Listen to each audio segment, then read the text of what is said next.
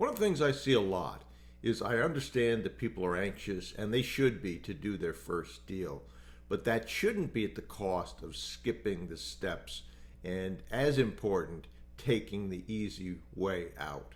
As Napoleon Hill said, the path of least resistance makes most rivers and men crooked. So you want to remember that. I had a situation with a mentee who's doing well, a question about a CFO that he would like to bring on. That CFO had quote unquote beaten a aggravated sexual assault charge and had another one pending. And the question was, if he beats this, should I bring that person on?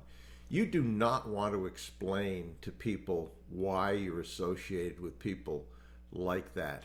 That's not to say that he could be not guilty, but the odds are where there's smoke, there's fire in a case like that. So I would encourage you to remember these people are going to be the reflection of how you run the business and the people you associate with. There's a question that came up, well, will my law firm find it out? Will my accounting firm find it out? Will my board members find it out? On circumstances like that, assume that everyone will find out the issues.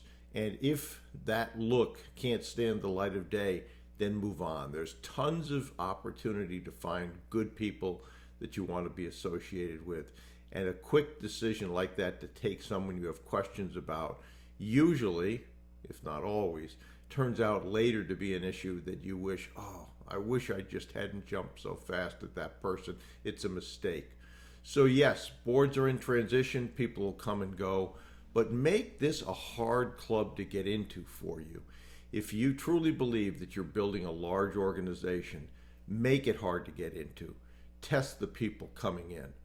And one of the things that I've seen work successfully to a lot of people in negotiating all steps of QLA, whether it's building the board, whether it's bringing on professionals, whether it's getting banks and financial institutions or acquisition targets in particular, have the mindset that you've already got 10 or 20 or 50 of these done.